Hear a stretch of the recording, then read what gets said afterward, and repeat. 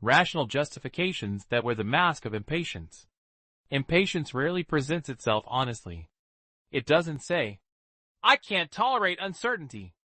Instead, it says, "I'm just being realistic. I'm managing risk. I need to stay flexible."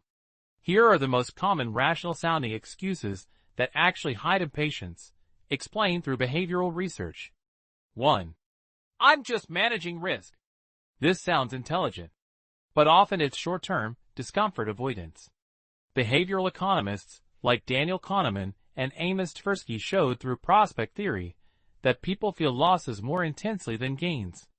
So when someone exits early and says, "I reduced risk," they may actually be reducing emotional pain, not statistical risk. Impatience hides inside loss aversion.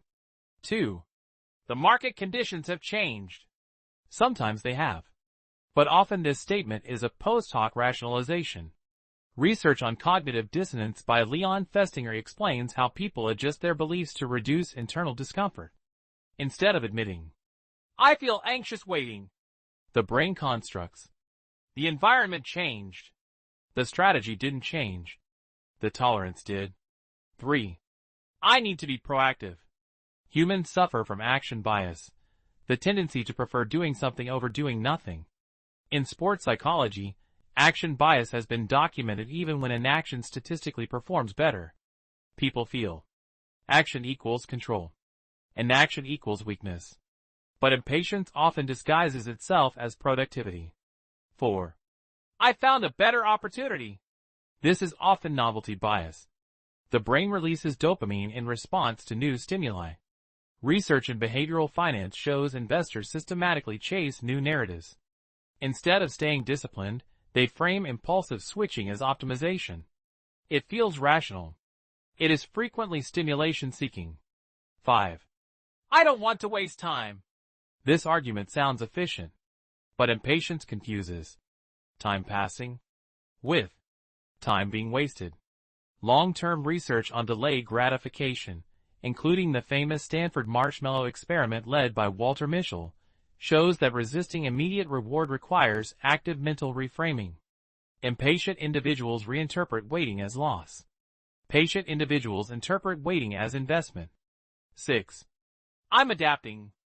Adaptability is valuable, but constant strategy changes often reflect discomfort and tolerance.